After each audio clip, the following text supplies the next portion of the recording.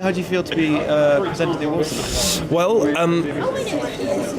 I've grown up playing video games. You know, we had the NES, we've played Duck Hunt. I've, taken that through almost every Nintendo console, throughout.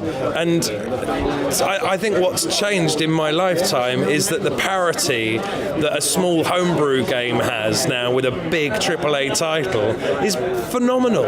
It's actually about the integrity of the game more than who spent the most money. So to see Monument Valley with, almost as many nominations as Alien Isolation, and both of them more nominations than, kind of big AAA titles. Don't get me wrong, I love those big AAA titles, but I've definitely ended up playing more of the smaller games, because when you've got kids, the amount of time you've got to play, 100 hours of Far Cry 4 is, slim. Indie is almost becoming its own powerful genre against AAA. Yeah.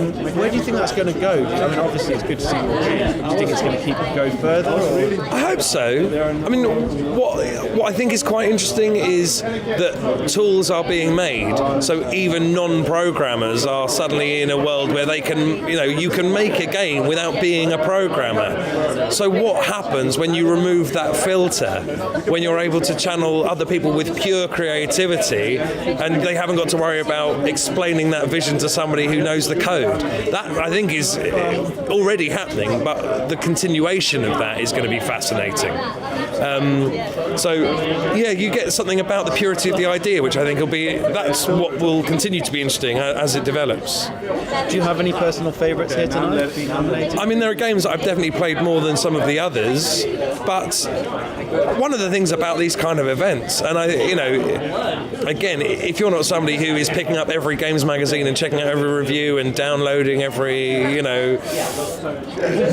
Xbox exclusive or whatever it is, then actually a night like this maybe kind of throws a bit of light onto some games that you haven't heard of before, and you end up going home and thinking, I really want to play that. That looks amazing.